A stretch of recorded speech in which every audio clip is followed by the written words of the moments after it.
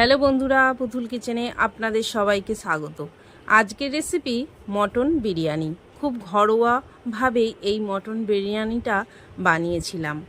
এখানে মটনটা পরিষ্কার করে ধুয়ে জল ঝরিয়ে নিয়েছিলাম, আর নিয়েছি পেঁয়াজ কুচি, আদা বাটা, রসুন বাটা আর আলুটাও ছাড়িয়ে এইভাবে কেটে ধুয়ে রেখেছি। গ্যাসের মধ্যে কড়াই বসিয়ে সর্ষের তেল দিয়ে পেঁয়াজ কুচিটা দিয়ে ভেজে নেব। এদিকে বিরিয়ানির জন্য চালটা ধুয়ে ভিজিয়ে রাখবো 30 মিনিটের মতন।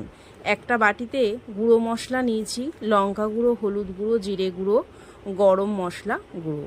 পেঁয়াজটা ভাজা হয়ে গেছে, এবার আদা রসুন বাটাটা আর গুঁড়ো মশলা দিয়ে নেড়ে মটনটা দিয়ে নেড়ে নেব।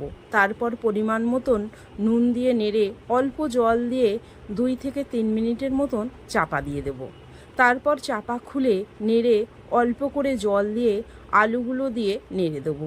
তারপর আবার চাপা দিয়ে দেব 5 মিনিটের মতন। 5 মিনিট পর চাপা খুলে বিরিয়ানি মশলা দিয়ে নেড়ে প্রেসার কুকারে দিয়ে দেবো।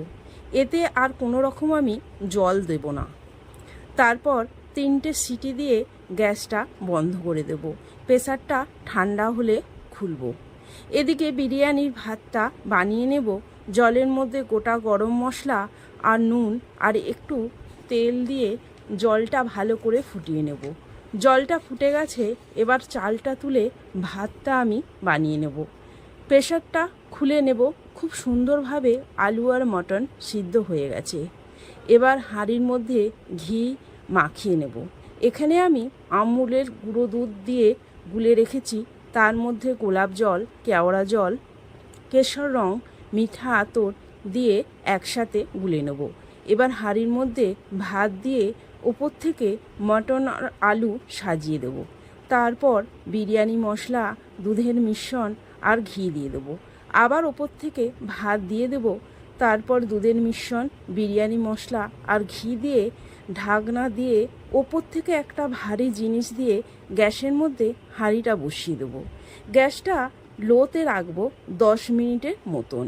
তারপর একটা হাঁড়ির নিচে তাওয়া বসিয়ে আরও 10 মিনিট রেখে দেবো। তারপর হাঁড়িটা একটু ঠান্ডা হলে খুলে বিরিয়ানিটা সার্ভ করে দেবো। যদি আমার এই রেসিপিটা আপনাদের ভালো লাগে তাহলে লাইক, কমেন্ট ও শেয়ার করে দেবেন। সাবস্ক্রাইব করতে ভুলবেন না। ধন্যবাদ বন্ধুরা।